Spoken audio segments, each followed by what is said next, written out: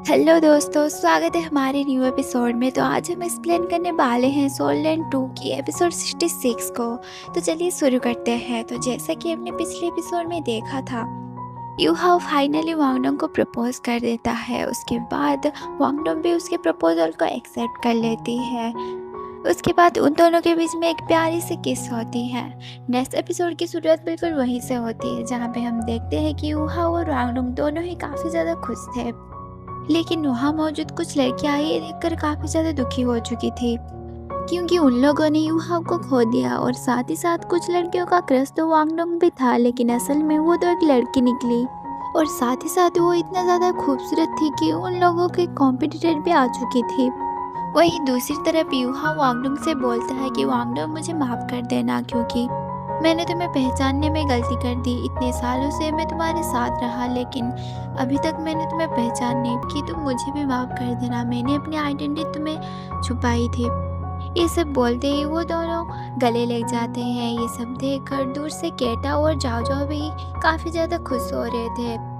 वहीं दूसरी तरफ जियानिन ये सब देखकर काफ़ी ज़्यादा इमोशनल भी हो चुकी थी और खुश भी, क्योंकि वो भी कोई ना कोई सुशांत से ये एक्सेप्ट कर रही थी।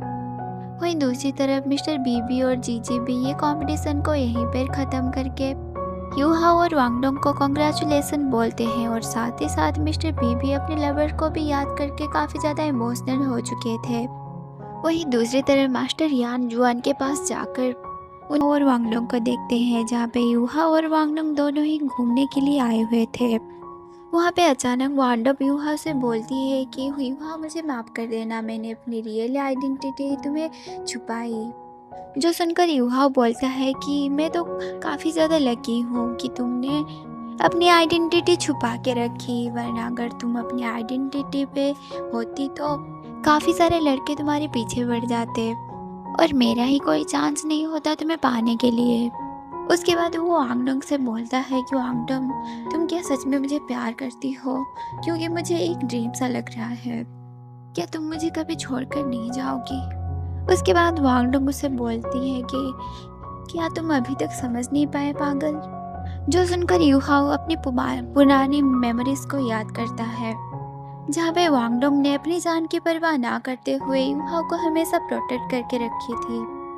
इन्हीं सभी बातों को याद करते हुए यूहा वांगडोंग से बोलता है कि वांगडोंग, अब मेरी जिम्मेदारी है कि मैं तुम्हें हमेशा प्रोटेक्ट करके रखूं। ऐसे ही बातें करते हुए वो लोग काफ़ी ज़्यादा एंजॉय कर रहे थे। वहीं दूसरी तरफ हम देखते हैं कि टैंगसेंग और उनकी वाइफ ये सब देखकर काफ़ी ज़्यादा खुश हो रहे थे अपनी बेटी के लिए। वहीं दूसरी तरफ यूहा वांगडोंग से बोलता है कि जब तुमने बताया था कि तुम्हारा कोई सिस्टर है, तो मैंने सेक अकाडमी में बिल्कुल तुम्हारी तरह ही एक लड़की को देखा था, जिसका नाम वांगकाई था। मैं ज़्यादा कुछ तो उसके बारे में नहीं जानता, लेकिन मैंने उसे एक बार देखा था। जो सुनकर वांगडोंग बोलती है कि आखिरकार ऐसा कैसे हो सकता है, मेरी तो कोई बायोलॉजिकल सिस्टर है ही नहीं। जो सुनकर यूहा भी कोई जवाब नहीं देता। उसके बाद वांगडोंग बोलती है कि मेरे फादर ने तुम्हें कुछ देने को बोला था। उसके बाद उस एक पाउच निकालकर यूहाओ को दे देती है, जिसे देखकर यूहाओ बोलता है कि ये तो तुम्हारे फादर ने तुम्हें दिया था ना, तुम ये पाउच मुझे क्यों दे रही हो? जिसके बाद वांगडोंग उसे बोलती है कि ये फादर ने बोला था कि जब मुझे कोई सच्चा प्यार मिल जाए तो मैं ये पाउच उससे दूँ। उसके बाद यूहाओ उस पाउच को ओपन करने लग जाता है, लेकिन वांगडोंग उसे रोक देती है और बोलती है कि इस पाउच के सील को मेरे फादर ने लगाया हुआ है। जब सही वक्त आएगा तब तुम इसे ओपन कर सकते हो, लेकिन अभी नहीं। जो सुनकर यूहा भी मान जाते हैं। उसके बाद वो दोनों वैसे ही चलते चलते अपने रूम तक आ जाते हैं। तभी वांगडोंग भी अपने रूम में जाने लगती है और उसके पीछे पीछे यूहा भी उसके रूम बंद के अंदर चला गया था। तभी वांगडोंग यूहा को ज़बरदस्ती बाहर निकालती है और बोलती है कि फिलहाल ये तो अब तुम्हारा रूम नहीं रहा, और तुम्हारा रूम तो अभी पोसाइडन फैमिलियन में है, इसलिए तुम वहाँ पे जाकर सो। उसके बाद वो जल्दी से उठकर तैयार होकर अपनी कल्टीवेशन टेक्निक का प्रैक्टिस करने लग जाता है, जहाँ पे यूहाओ को स्पिरिचुअल सोल के बारे में जानना चाहते हैं। इसलिए मास्टर जुआन ने पोसाइडन फैमिलियन में एक मीटिंग रखी हुई है, इसलिए तुम्हें मेरे साथ आना होगा। जो सुनकर यूहा भी उनके साथ चला जाता है। वहीं दूसरी तरफ हम यूहाओ के दोस्तों को देखते हैं, जहाँ पे वांगडोंग भी आ चुकी थी। जहाँ पे मिस्टर बीबी बोल रहे थे कि कितने दिनों बाद हम 7 सेक्टेबल्स इकट्ठा हो पाए हैं, अभी तो बस यूहाओ का इंतज़ार है। जब यूहाओ आएगा हम न्यू टैंकसेट की बिल्डिंग को देखने के लिए जाएंगे। ऐसे ही बोलते हुए वो काफ़ी ज़्यादा खुश हो रहे थे। वहीं दूसरी तरफ हम यूहाओ को देखते हैं जो कि पोसाइडन फैमिलियन में जा चुका था। जहाँ पे यूहाओ पहुँचते ही सभी लोगों से माफ़ी मांगता है कि मुझे माफ़ कर दीजिएगा क्योंकि मैंने काफ़ी देर तक आपको इंतज़ार करवाया।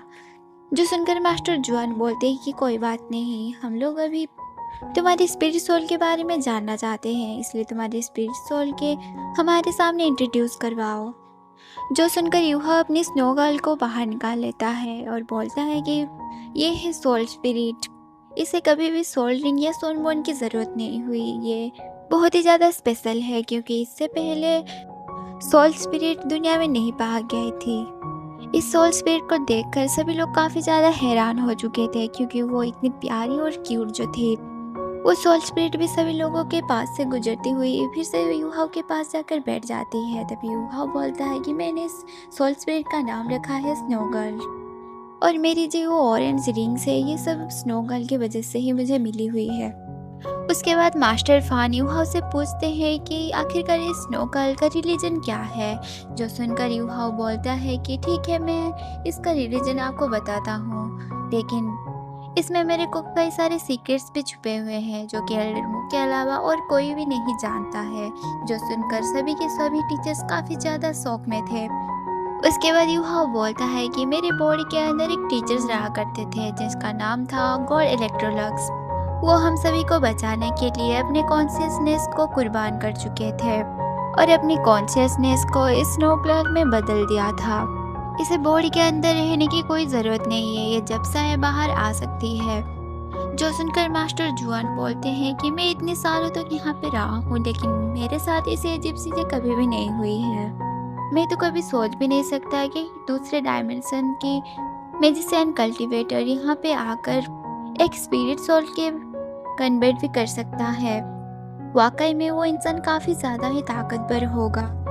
जो सुनकर सभी लोग बातें करते हुए बोलते हैं कि इस स्पिरिट सोल का कंसेप्ट तो काफ़ी ज़्यादा अलग है।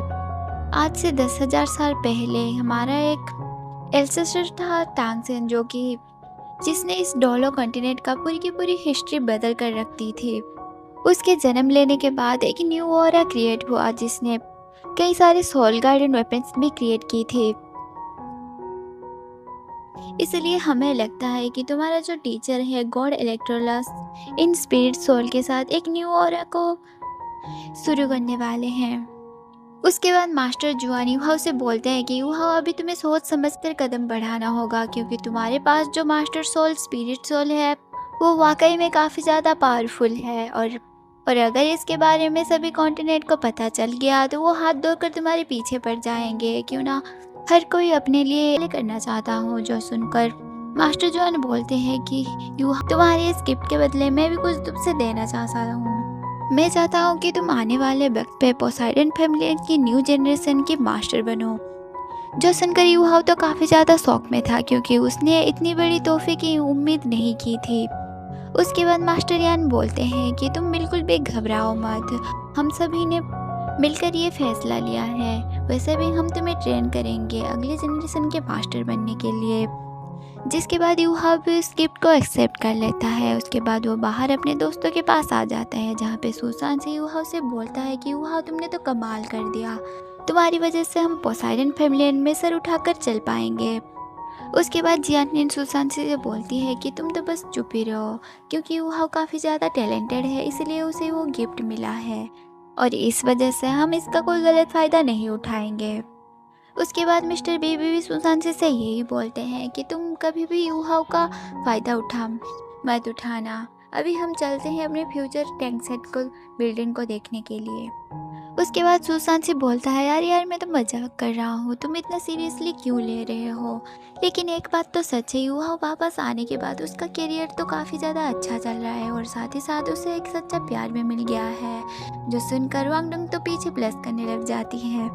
उसके बाद वो सभी लोग चलते चलते टैंकसेट की तरफ आ चुके थे जहाँ पे उनकी मुलाकात नान से हुई। नान आते ही ये वांगडंग को भाभी भाभी करके पुकारने लग जाती है, जो सुनकर वांगडंग भी काफ़ी ज़्यादा ब्लश करने लग जाती है।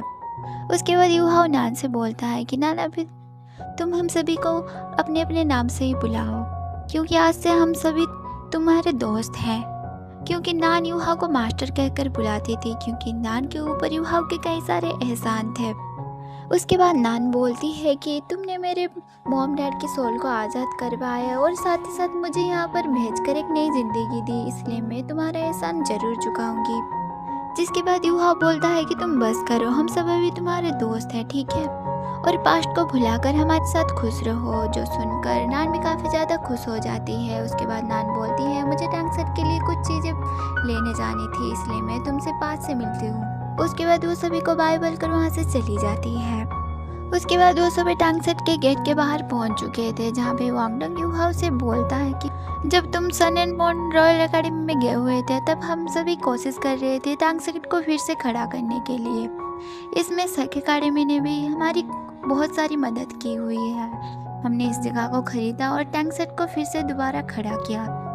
उसके बाद मिस्टर बीबी यूहा और केटाओ से बोलते हैं कि मैं तुम दोनों को फिर से स्वागत करता हूँ, और टैंक सेट के गेट को ओपन कर देते हैं, जिसे देखकर यूहा तो काफ़ी ज़्यादा इमोशनल हो गया था, क्योंकि वो जानता था कि मिस्टर बीबी तांगिया को काफ़ी ज़्यादा मिस कर रहे हैं।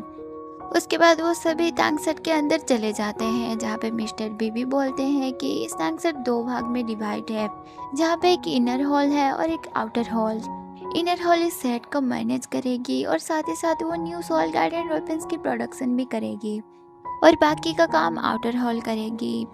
उसके बाद मिस्टर बीबी यूहा और केटाओ से बोलते हैं कि तुम दोनों तो जानते ही हो इसका ओरा सोल गार्डियन वेपन्स में ऊपर है, इसलिए तुम दोनों की काफ़ी बड़ी जिम्मेदारी है इसे खड़ा करने के लिए।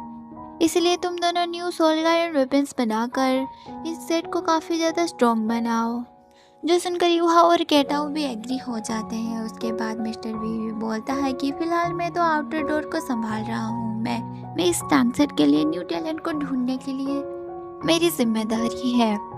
जिसके बाद यूहा वांगडोंग से पूछता है कि वांगडोंग तुम कौन से डिपार्टमेंट को संभाल रही हो। तभी ये सुनकर जाओ जो एक्साइटेड होते हुए बोलती है कि वांगडोंग हम सब में से काफ़ी ज़्यादा ताकतवर है, इसलिए वो बैटल डिपार्टमेंट को संभालती है। जो सुनकर यूहा तो काफ़ी ज़्यादा इम्प्रेस हो जाता है। उसके बाद वांगडोंग उसे बोलती है कि हाउथियर सेट और टैंक सेट की रिलेशन के बेस पर मेरी ये जिम्मेदारी है कि मैं इस सेट को ऊंचाइयों तक ले जा सकूँ।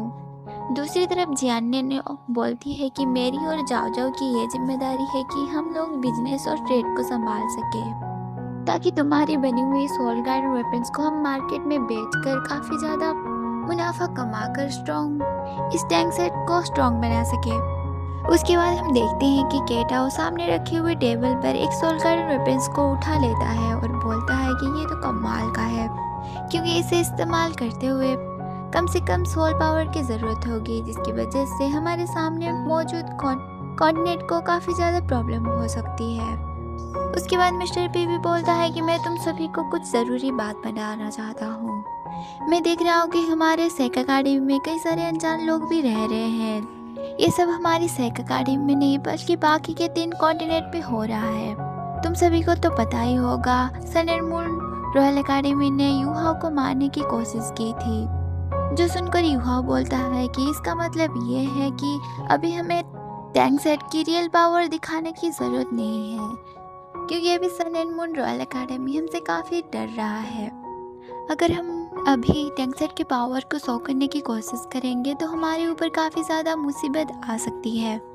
जो सुनकर मिस्टर बीबी बोलता है कि बिल्कुल भी के इस प्लान को सुनकर सभी लोग एग्री करते हैं। उसके बाद हम देखते हैं कि वांगडंग ने यूहा को अकेले में कहीं पर बुलाया था, जहाँ पे यूहा पहुंचकर बोलता है कि आखिरकार तुमने यहाँ पर मुझे क्यों बुलाया। तभी वांगडंग बोलती है कि तुम्हें याद है तुम्हें कल मुझे लड़की के बारे में बताया था जो कि बिल्कुल हूबहू मेरी तरह दिखती है, इसलिए मैं इसके बारे में मिस जाओबी में भी पूछा था।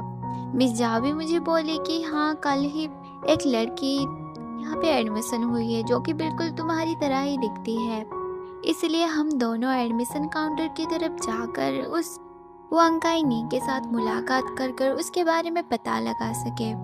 उसके बाद वो दोनों एडमिशन काउंटर की तरफ चले जाते हैं। उसके बाद हम वांकाई नीर को देखते हैं जिसके काफ़ी खूबसूरत और लंबे बाल थे। वांग काइनिर और वांगडोंग एक ही रास्ते से गुजरते हुए जा रहे थे और यूहाओ भी वांगडोंग को फॉलो करते हुए उस रास्ते से जा रहा था। उन दोनों को देखकर बाकी के सारे जो लोग थे काफ़ी ज़्यादा शौक थे, क्योंकि वो दोनों ही काफ़ी ज़्यादा ही खूबसूरत थे। तभी हम देखते हैं कि वांग काइनिर एडमिशन काउंटर की तरफ पहुंचकर पहले से ही खड़ी हुई थी। वहाँ पे टीचर उसे बोलते हैं तुम्हें अपने मास्क को उतारना होगा, क्योंकि एक टीचर के लिए स्टूडेंट का फेस देखना काफ़ी ज़्यादा इम्पोर्टेंट है। जिसके बाद वांग काइनिर ऐसा ही करती है, वो अपने मास्क को उतार देती है।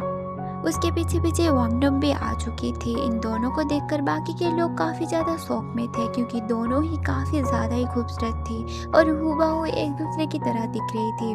और ये दोनों जब आपस में एक दूसरे को देखते हैं, दोनों ही काफ़ी ज़्यादा हैरान और शौक हो जाते हैं। और इसी शॉकिंग सीन के साथ ये एपिसोड यहीं पर एंड हो जाता है।